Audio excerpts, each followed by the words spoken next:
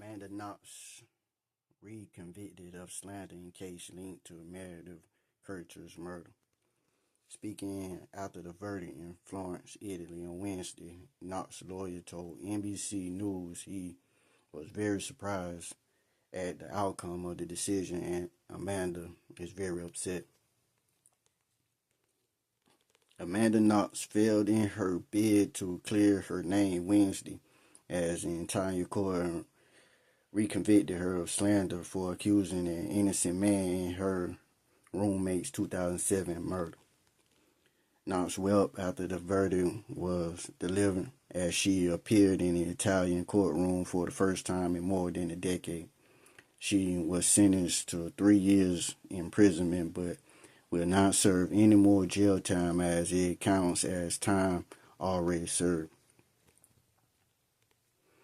Speaking after the verdict outside the courthouse in Florence, Knox's lawyer told NBC News that he was very surprised at the outcome of the decision and Amanda is very upset.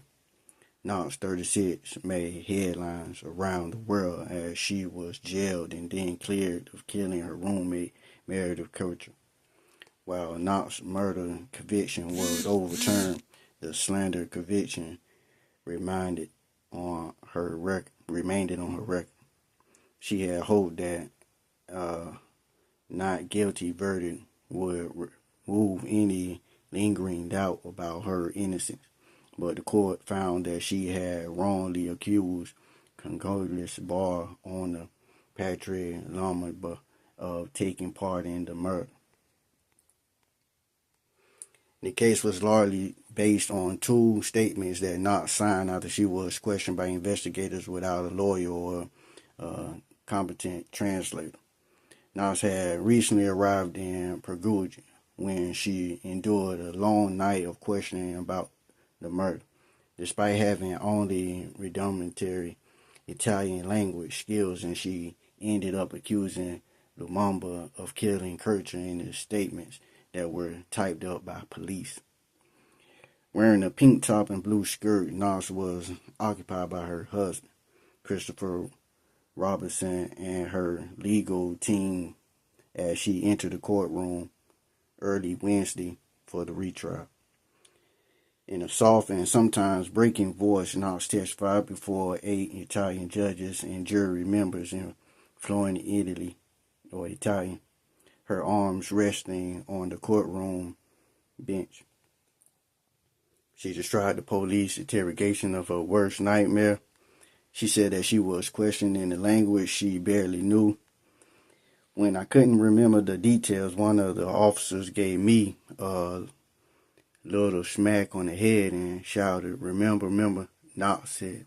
And then I put together a jumble of memories and the police made me sign a statement.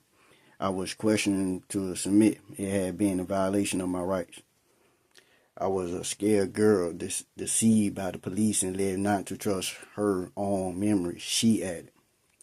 Knox was 20 when she was sentenced to 26 years for Kercher's murder of the apartment they shared in the idyllic central Italian university town of Perugia.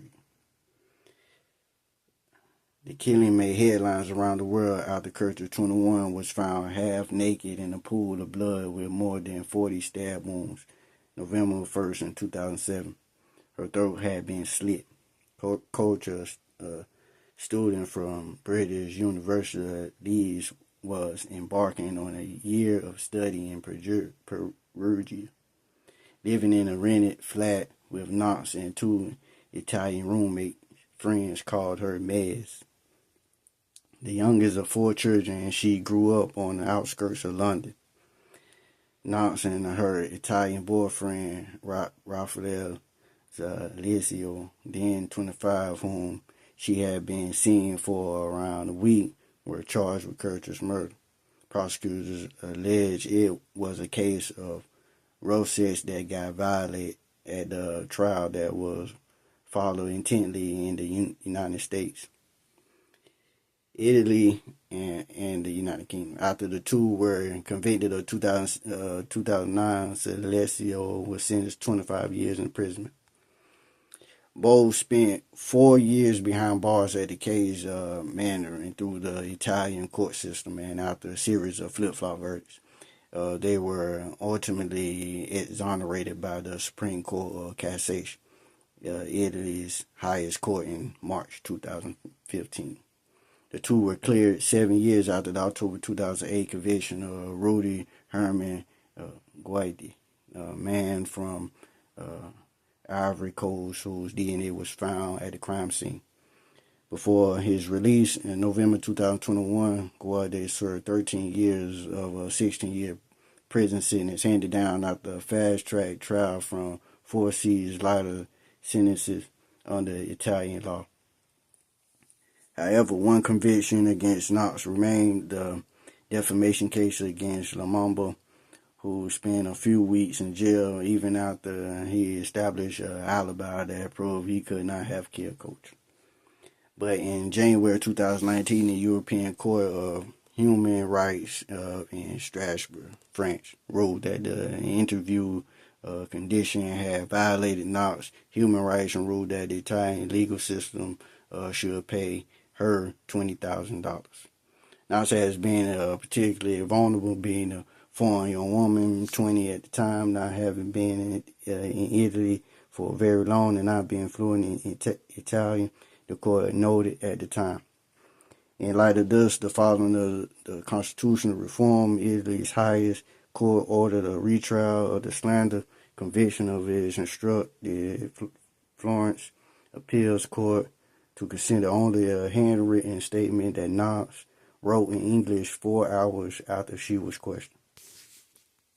On the one hand, I am glad I have this chance to clear my name, and hopefully that will take away the stigma that I have been living with Knox, who campaigns for better awareness of forced confession, said on her podcast, Labyrinth, in December. On the other hand, I don't know if it ever will, in the way I am still traumatized by it, she said.